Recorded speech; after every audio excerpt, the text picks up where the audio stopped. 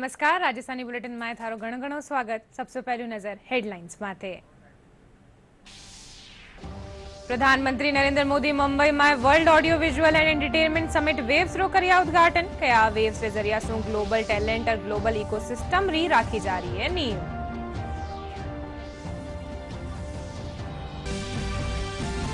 पहलगाम हमला रे पछे भारत पाकिस्तान रे खिलाफ उठायो एक और सख्त कदम। 23 मई ताई पाकिस्तानी विमाना रा भारतीय हवाई क्षेत्र में प्रवेश माथे रोक।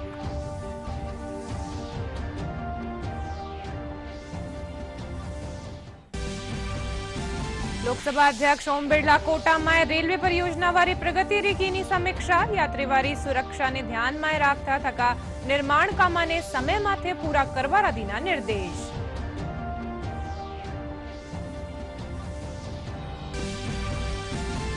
रेरा स्थापना दिवस रे मौका माथे जयपुर में कार्यक्रम कर्यो गयो आयोजित। यूडीएच मंत्री झावर सिंह खर्रा, रेरा अध्यक्ष वीनू गुप्ता समेत अधिकारी और स्टेक होल्डर मौजूद।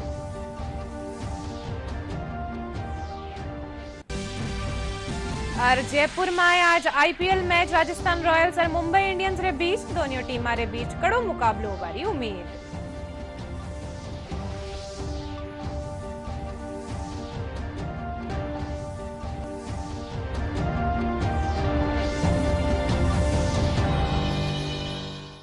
मैं हूं थाके सागे और निशा डाबले और खबरा विगतवार। प्रधानमंत्री नरेंद्र मोदी आज मुंबई में world audio visual and entertainment summit waves रो उद्घाटन कर्या। 4 दिवसीय वेव समिट भारत ने मीडिया, मनोरंजन और डिजिटल इनोवेशन रो वैश्विक केंद्र बनावा खातर आयोजित कर्यो जा रही है। समिट री theme connecting creator connecting countries राखेगी। वेव्स में दुनिया भर रा क्रिएटर, स्टार्टअप, उद्योग जगत रा लीडर और नीति निर्मातावा ने एक साथ लायो जा रही है। प्रधानमंत्री नरेंद्र मोदी समिट ने संबोधित करता थका कहा कि वेव्स प्लेटफॉर्म जो किणी दूरदर्शी सपनों हो वो आज साकार वे नए युग री शुरुआत कर रही है। वे कहा कि 100 सूबती देशारा आर्टिस्ट, इनोवेटर, नीति निर्माता एक छत्र नीचे आया है। वेव्स के जरिए शू ग्लोबल टैलेंट और ग्लोबल इकोसिस्टम री नींव राखी जा रही है।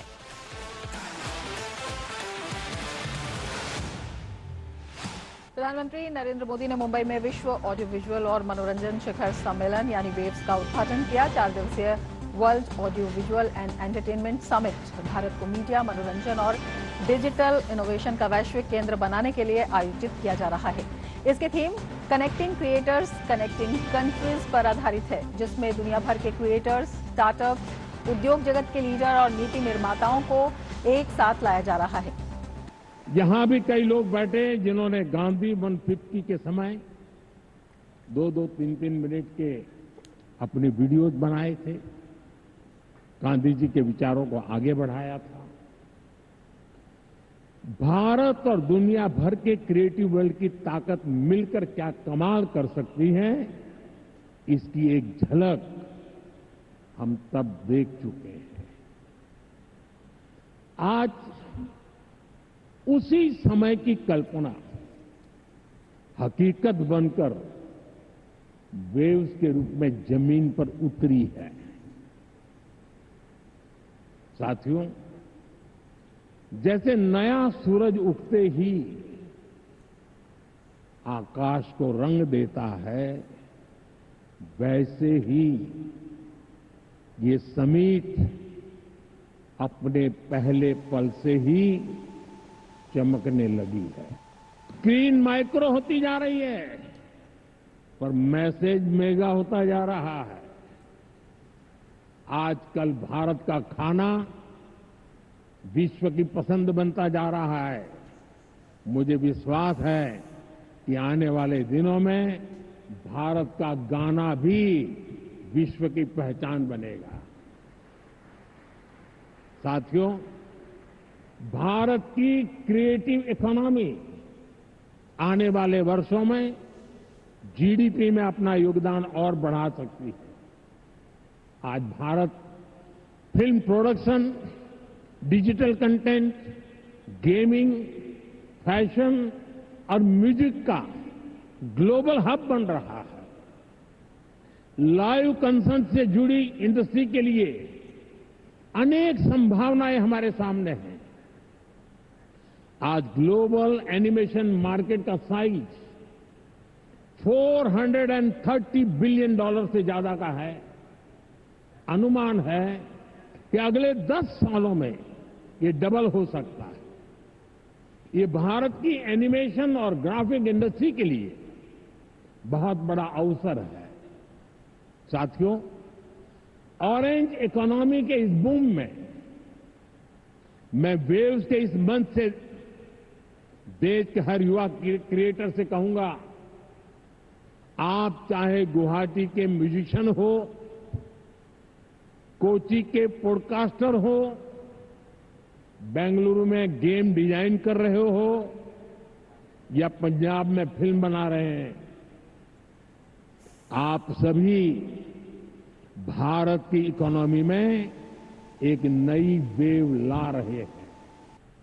मेरा पूरा विश्वास आप पर है, कंटेंट क्रिएटर्स पर है और इसकी वजह भी है यूथ की स्पिरिट में, उनकी वर्किंग स्टाइल में कोई बैरियर्स, कोई बैगेज या बाउंड्रीज नहीं होती।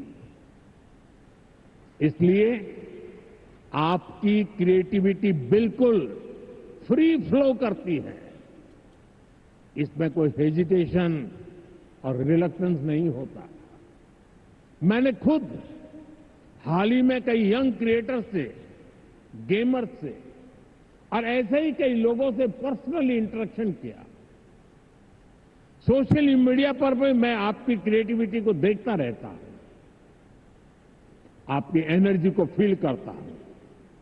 ये कोई संयोग नहीं है कि आज जब भारत के पास दुनिया की सबसे बड़ी यंग पॉपुलेशन है, ठीक उसी वक्त हमारी क्रिएटिविटी की नई नई डायमेंशन सामने आ रही है।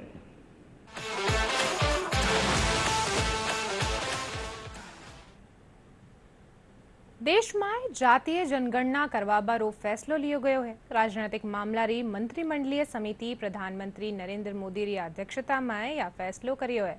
इन जनगणना रो सामाजिक, आर्थिक और राजनीतिक स्तर माथे दूरगामी परिवर्तन होवेलो। प्रधानमंत्री नरेंद्र मोदी की अध्यक्षता में बुधवार को दिल्ली में हुई केंद्रीय कैबिनेट की बैठक के बाद जब केंद्रीय मंत्री अश्विनी वैष्णव ने फैसलों का ऐलान किया तो साफ हो गया कि सरकार ने एक बड़ा फैसला ले लिया है। केंद्रीय मंत्री अश्विनी वैष्णव ने बताया कि राजनीतिक मामलों की मंत्रिमंडलीय समिति यानी सीसीपीए की बैठक में सरकार ने जाति जनगणना कराने का फैसला लिया है। अगली जनगणना में जातियों की भी गणना होगी।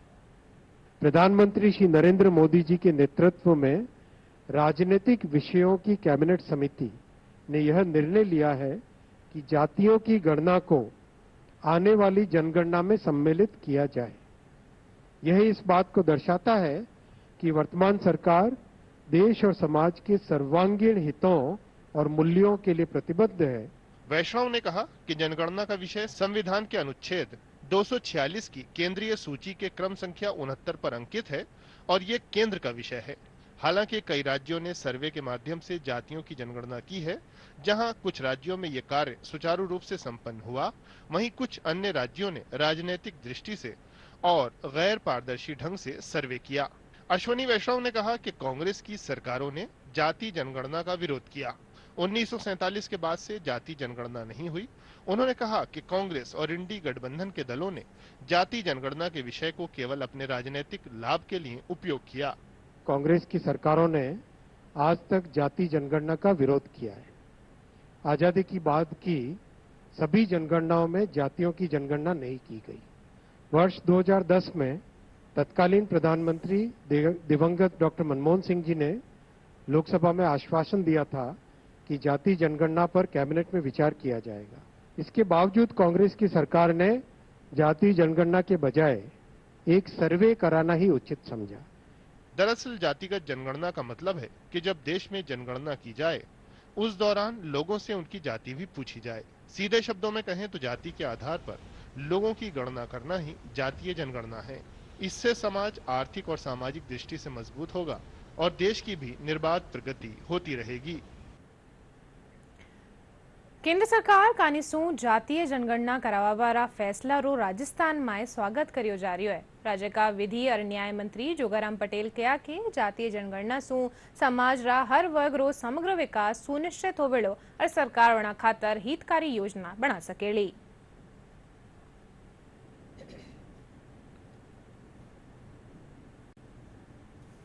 आने वाली जनगणना में जाति जनगणना को भी सम्मिलित किया है और जाति गणना सम्मिलित करने से देश के विकास में भौगोलिक दृष्टि से, आर्थिक पिछले वर्ग को उथान की दृष्टि से और अन्य दृष्टि से सरकार को निर्णय लेने में सुगमता होती है, सरलता होती है कि किस एरिया में कितनी जनता की अपेक्षा है और विकास किस तरह से किया जाए। इसका तात्पर्य ये नहीं है कि भारत सरकार कोई जातियों को बांटना चाहती है, जातियों में वैमनस्य पैदा करता है, ये जातियों में प्रतिस्पर्धा पैदा करना चाहती है। विपक्षी पार्टियों का ये कथन कि जाति जनगणना की जाए, उनकी वो भावना है वो अलग है और हमारी यशस्वी प्रधानमंत्री जी की जो भावना है वो अलग है। हमारी भावना की जनगणना अभी प्रारंभ होगी लगभग 7 सितंबर 2025 में। उस जनगणना के साथ ही हमारी जितनी जातियां हैं उनकी गणना भी हो जाएगी और उसी अनुसार उनका निर्णय भी होगा, इसलिए ये स्वागत योग्य कदम है। पहलगाम हमला रे पछे भारत पाकिस्तान रे खिलाफ एक और सख्त कदम उठायो है। भारत पाकिस्तान रा स्वामित्व वाली और संचालित उड़ाना खातर आपरा हवाई खेतर ने 23 मई ताई बंद कर दीनो है। कुछ एक दिन पहली इस्लामाबाद भारतीय विमानन कंपनिया रा स्वामित्व वाली और संचालित उड़ाना खातर आपरा हवाई खेतर ने बंद करबारो फैसलो करियो हो। भारत इन संबंध में नोटम यानी नोटिस टू एयरमैन जारी करियो है। क्षेत्र को 23 मई तक बंद करने की घोषणा की। कुछ दिन पहले ही इस्लामाबाद ने भारतीय विमानन कंपनियों के स्वामित्व वाली और संचालित सभी उड़ानों के लिए अपने हवाई क्षेत्र को बंद करने का फैसला किया था। भारत ने इस संबंध में नोटम यानी नोटिस टू एयरमैन जारी किया, जिसके तहत पाकिस्तानी विमानों को 23 मई तक भारतीय हवाई क्षेत्र में प्रवेश करने से रोक दिया गया। ये कदम जम्मू कश्मीर के पहलगाम में आए आतंकवादी हमले में भारत और पाकिस्तान के बीच बढ़ते तनाव के बाद उठाया गया। इस हमले में 26 लोग मारे गए थे, जिनमें अधिकतर पर्यटक शामिल थे। नोटम के अनुसार ये प्रतिबंध 30 अप्रैल से 23 मई तक प्रभावी रहेगा। नागरिक उड्डयन मंत्रालय ने बताया कि इस अवधि के दौरान भारतीय हवाई क्षेत्र पाकिस्तान में पंजीकृत विमानों, पाकिस्तानी एयरलाइंस या ऑपरेटर्स द्वारा संचालित स्वामित्व वाले या पट्टे पर किए गए विमानों के लिए उपलब्ध नहीं है, जिनमें सैन्य विमान शामिल हैं। लोकसभा अध्यक्ष ओम बिरला आज कोटारा डीआरएम कार्यालय में रेलवे परियोजना प्रगति री समीक्षा कर्या। इन दौरान डीआरएम अनिल कालरा समेत दूजा अधिकारी मौजूद रहा। बैठक में लोकसभा अध्यक्ष अधिकारियों ने यात्रियों री सुरक्षा रो विशेष ध्यान रखता थका निर्माण रा कामा ने समय माथे पूरो करवाना निर्देश देना है। इन दौरान लोकसभा अध्यक्ष कोटा रेलवे स्टेशन परिसर रो निरीक्षण कर निर्माण कामा में लगे श्रमिका सु बातचीत भी कीनी।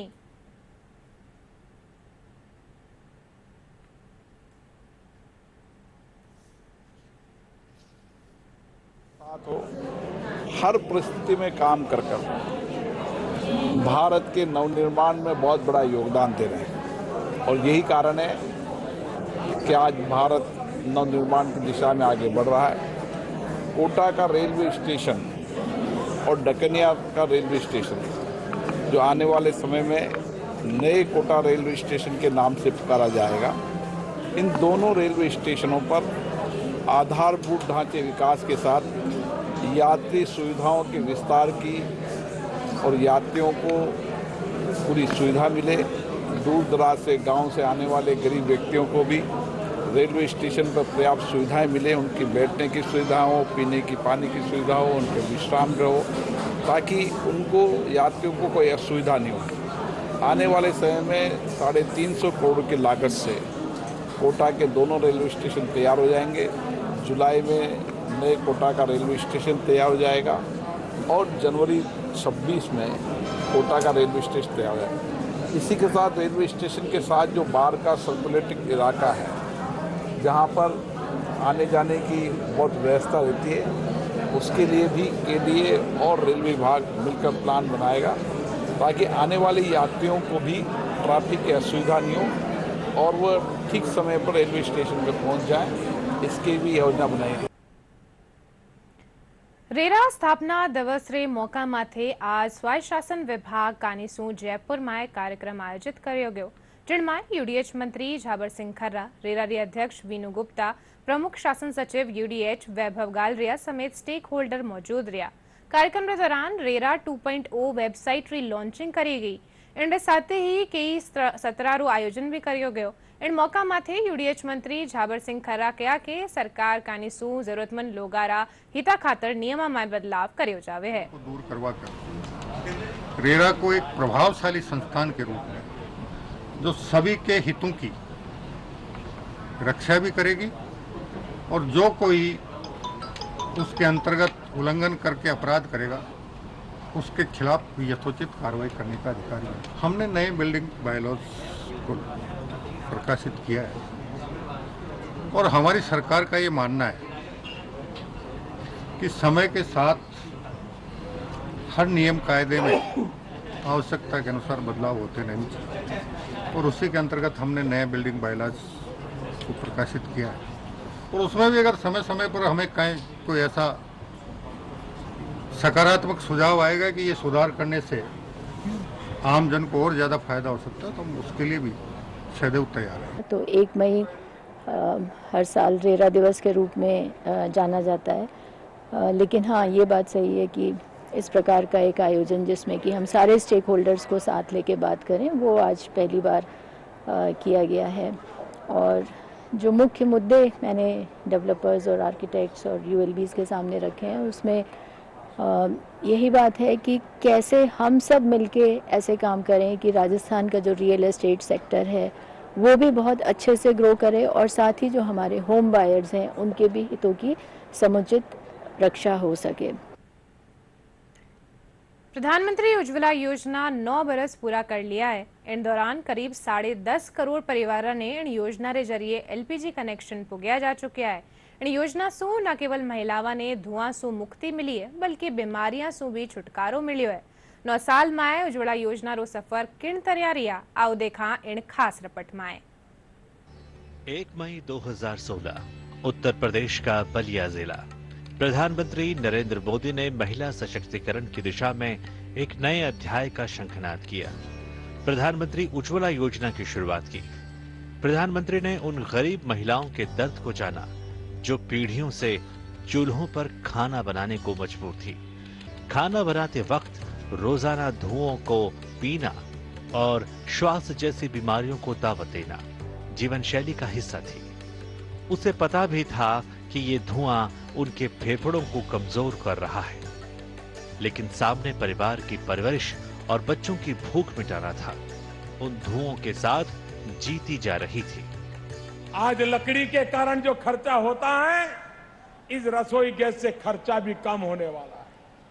आज उसकी तबीयत कोई बर्बादी होती है उसकी तबीयत भी ठीक रहेगी। आज लकड़ी लाना चूल्हा जलाने में टाइम जाता है, उस गरीब मां का टाइम भी बच जाएगा। उसको अगर मजदूरी करनी है, सब्जी बेचनी है तो वो आराम से कर सकती है। प्रधानमंत्री ने समाज के अंतिम पायदान पर खड़ी उन महिलाओं की पीड़ा को समझा, चूल्हा मुक्त रसोई घर का संकल्प लिया, उज्ज्वला योजना की शुरुआत की। शुरुआती दौर में प्रधानमंत्री ने 5 करोड़ गरीब महिलाओं तक मुफ्त एलपीजी कनेक्शन पहुंचाने का लक्ष्य रखा।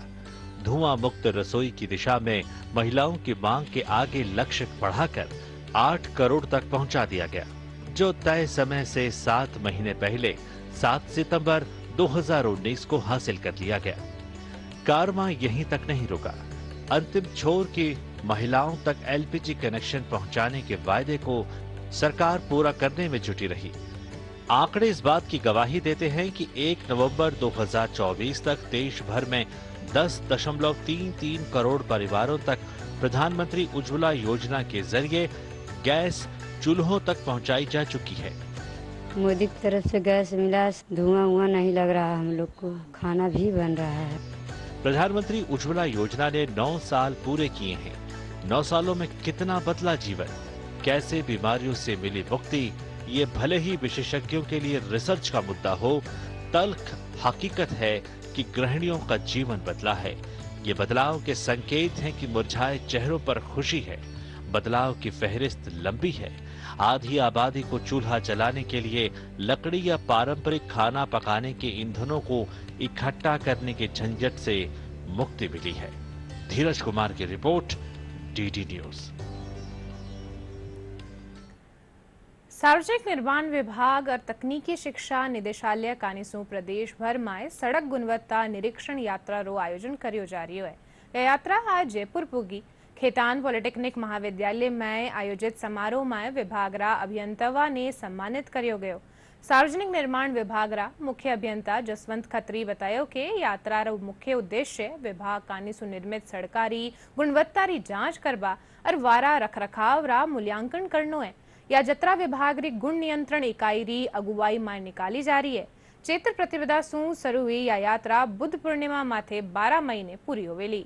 पॉलिटेक्निक कॉलेज के विद्यार्थी हैं, वो हमारे साथी हैं। उनको हमने पहले प्रशिक्षण दिया। प्रशिक्षण के उपरांत वो पूरे दिन यात्रा में हमारे साथ रहते हैं। सड़क गुणवत्ता के 17 बिंदुओं पर वो दिन भर अपना मूल्यांकन करते हैं।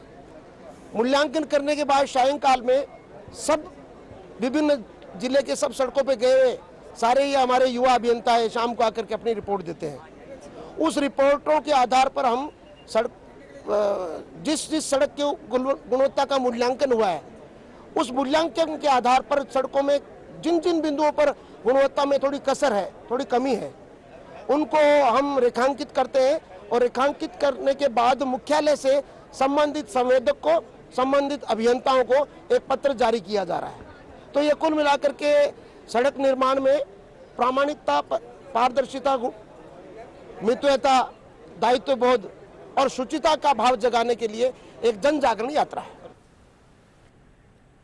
अंतर्राष्ट्रीय मजदूर दिवस रे मौका माथे प्रदेश भर में कई कार्यक्रम आयोजित करियो जा रही है। इनी कड़ी में जयपुर में उत्तर पश्चिम रेलवे कर्मचारी संघ कानीसू रेलवे मुख्यालय माथे रक्तदान शिविर आयोजित करियो गयो। शिविर में बड़ी संख्या में लोग उत्साह रे साथे रक्तदान करियो। इन मौका माथे यूनियन रा महामंत्री मुकेश माथुर बतायो कि शिविर दौरान एकत्रित करया गया रक्त ने थैलेसीमिया और जरूरतमंद लोगां ताईं पुगायो जावेड़ो।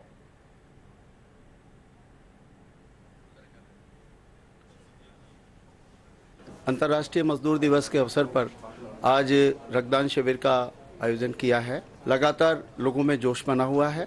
युवा, महिला और पुराने साथी इसमें बढ़ चढ़कर रक्तदान में आगे आ रहे हैं और हमें पूरी उम्मीद है कि जिस उद्देश्य से ये रक्तदान शिविर आयोजित किया गया है, इसमें पिछले साल का रिकॉर्ड टूटेगा और ज़रूरतमंद लोग, जैसे थैलीसीमिया से पीड़ित लोग होते हैं, छोटे छोटे बच्चे जो एनीमिक होते हैं, हमारी गर्भवती महिलाएं जिनमें खून की कमी होती है, या एक्सीडेंट में जो लोग घायल होते हैं जिनको तुरंत खून की ज़रूरत होती है, उन लोगों के इस शिविर में जो भी रक्तदान हुआ है वो काम आएगा।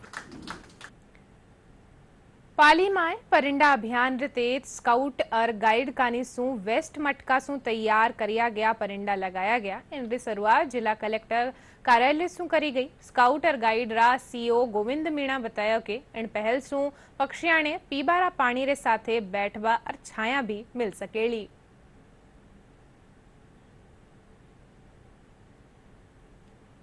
जिला कलेक्टर महोदय श्री एलन मंत्री साहब के जो इस वर्ष प्यासे पक्षियों के लिए इस भीषण गर्मी में जो अभिनव पहल चलाई गई है, उसी की श्रृंखला में सभी जगह, सभी विद्यालयों में स्काउट गाइड द्वारा, समाज सेवकों द्वारा सब जगह परिंडा अभियान का आगाज किया गया। आगाज के बाद में सब जगह इस विषय में परिंडे बांधे जा रहे हैं। इसी परिप्रेक्ष्य में जो नई तरह से एक मतलब वेस्ट जो मटका होता है, उस मटके से हमने नवाचार करते हुए कि ना तो परिंडे में पैसे लगे और पक्षियों को शीतल जल के साथ में शीतल छाया का भी लाभ मिल सके। इसी नवाचार में हमारे जो स्काउट यूनिट लीडर है मोहन सिंह जी, उनके द्वारा इस तरह का परिंडा तैयार किया गया है, जो विशेष रूप से इसको हम वातानुकूलित बोल रहे हैं उसको, कि ये इसमें छाया भी मिलेगी, उसको हवा भी मिलेगी और पानी भी मिलेगा। तो ये नवाचार करके श्रीमान जिला कलेक्टर महोदय द्वारा हमने इसको लगवाया गया और आदरणीय कलेक्टर साहब और मुख्य जिला शिक्षा अधिकारी द्वारा इसको और प्रशासनिक अधिकारियों द्वारा बहुत सराहा गया है।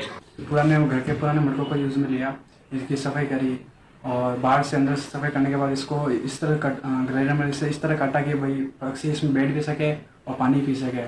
फिर बाद में बाहर की सफाई करके इसमें कलर पेंट किया और पर्यावरण संरक्षण का स्लोगन देते हुए इसको बनाया। अजमेर में आज सुवारे एक होटल में आग लग गई, जिनमें 4 री मौत वेगी जबकि 4 लोग घायल वेगा। घायला में महिला फायर कर्मी भी शामिल है। आग री सूचना मिलवा माथे फायर ब्रिगेड, SDRF, पुलिस और प्रशासन री टीम मौका माथे पुगी और आग माथे काबू पाया। आग रो कारण शॉर्ट सर्किट बतायो जा रही है।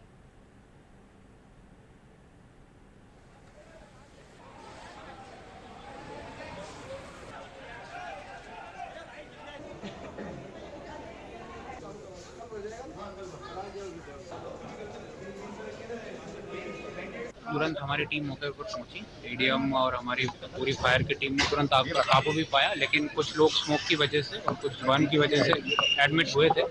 यहाँ पर अभी 3 लोग जो थे ब्रॉड डेड थे और बाकी लोगों का उपचार जारी है। हमारा यही प्रयास है कि उपचार सभी को ठीक से दिया जाए। और जो 5th फ्लोर था उस पर भी हमारी टीम ने चेक कर लिया, अभी कोई भी अंदर नहीं है, सभी फ्लोर्स को चेक किया जा चुका है। हमारे यहाँ पर जो आए हैं मरीज उनको तुरंत अटेंड किया गया, रिवाइवल की कोशिश की गई। इसमें 2 बच्चे गंभीर अवस्था में आए थे, एक तो आते ही मृत घोषित किया गया और दूसरा बच्चा भी सीरियस क्रिटिकल है और 4 अभी जिसमें कि 3 सीरियस है और एक महिला जो कि अग्निशमन कर्मचारी है, उसने बड़ी दिलेरी से बहुत बच्चों को और बड़ों की जांच बताई है, वो ठीक है, स्टेबल है। जो 2 जने को तो घायल को मैं लेके गया ऑटो में से, ये अपने जलन विक्टोरिया छोड़ के आए उन लोगों की पूरी जल गए थे, बाल लाल पूरे हाथ शरीर पूरे जल गया। विधानसभा अध्यक्ष वासुदेव देवनानी अजमेरा होटल में लागी आग री घटना माथे खेद जतायो है। वे मरवावाड़ा परिजन और घायला रे हर संभव मदद रो आश्वासन देता थका कया के घटना री निष्पक्ष जांच करी जावेली। होटल में जो आग लगी है वह हृदय विदारक घटना है, जिसमें जानकारी के अनुसार 4 लोगों की डेथ हुई है और 4 अभी गंभीर रूप से घायल हॉस्पिटल पहुंचे हैं। निश्चित रूप से इस घटना की पूरी तरह निष्पक्ष जांच भी हो। मैंने जिलाधीश महोदय से भी इसकी पूरी जांच का और जो घायल हैं उनको पूरी तरह इलाज की सुविधा देने के लिए निर्देशित किया है और साथ में जो लोग जिनकी डेथ हुई है उनको आइडेंटिफाई करके उनके परिजनों तक उनको पहुंचाएं और साथ में इनकी जितनी मदद की जा सकती है मानवता के आधार पर, नियमों के आधार पर, उसको पूरी की जाए ताकि किसी को भी विशेष प्रकार की परेशानी न हो। IPL मुकाबला में जयपुर रा सवाई मानसिंह स्टेडियम में आज राजस्थान रॉयल्स और मुंबई इंडियंस रे बीचे मैच खेलियो जावेलो। दोनों टीमा रे बीच कड़ो मुकाबलो होबारी उम्मीद है। मुंबई रे कणे लगातार 6ठी जीत दर्ज करार टेबल में टॉप माथे पुगवारो मौको है। वटे ही राजस्थान रॉयल्स रा युवा खिलाड़ी वैभव सूर्यवंशी बुमराह जैसा गेंदबाज रे सामे पहली बार खेलेला। दोनों टीमा रे बीच हुयो 29 मुकाबला में राजस्थान रॉयल्स 14 और मुंबई इंडियंस 15 मैच जीत्या है। प्रदेश भीषण गर्मी री चपेट में है। गर्मी सू लोगारो हाल बेहाल है। काल कुछ एक थोड़ा माथे तापमान 47 डिग्री रे करीब पुग्यो। वटे ही लूरा थपेड़ा सू जनजीवन प्रभावित है। काल एक पश्चिम विक्षोभ रा असर सू आंधी और बिरखा होबारी आस है, जिनसू तापमान में गिरावट आ सके। इन पाछे एक और पश्चिमी विक्षोभ रा असर देखबाने मिले लो। अब ये बुलेटिन के अंत में मुख्य समाचार एक बार फेरू। प्रधानमंत्री नरेंद्र मोदी मुंबई में world audio visual and entertainment summit waves रो कर्या उद्घाटन कया। वेव्स रे जरिया सू ग्लोबल टैलेंट और ग्लोबल इकोसिस्टम री राखी जा रही है नींव। पहलगाम हमला रे पछे भारत पाकिस्तान रे खिलाफ उठायो एक और सख्त कदम। 23 मई ताई पाकिस्तानी विमाना रा भारतीय हवाई क्षेत्र में प्रवेश माथे रोक।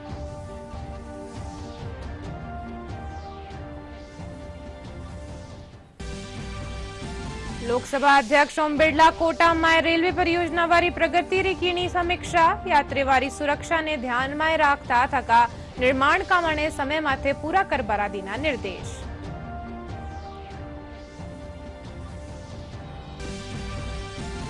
રેરા સ્થાપના દિવસે મોકા માથે જયપુરમાં કાર્યક્રમ કર્યો ગયો આયોજિત। यूडीएच मंत्री झाबर सिंह खर्रा, रेरा अध्यक्ष वीनू गुप्ता समेत अधिकारी और स्टेक होल्डर रिया मौजूद।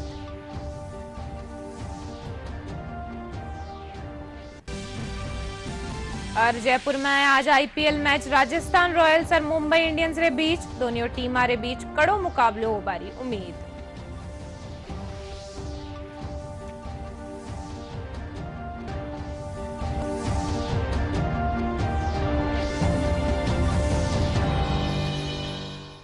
आ बुलेटिन में एतरो ही थे। देखते रहियो डीडी राजस्थान। नमस्कार।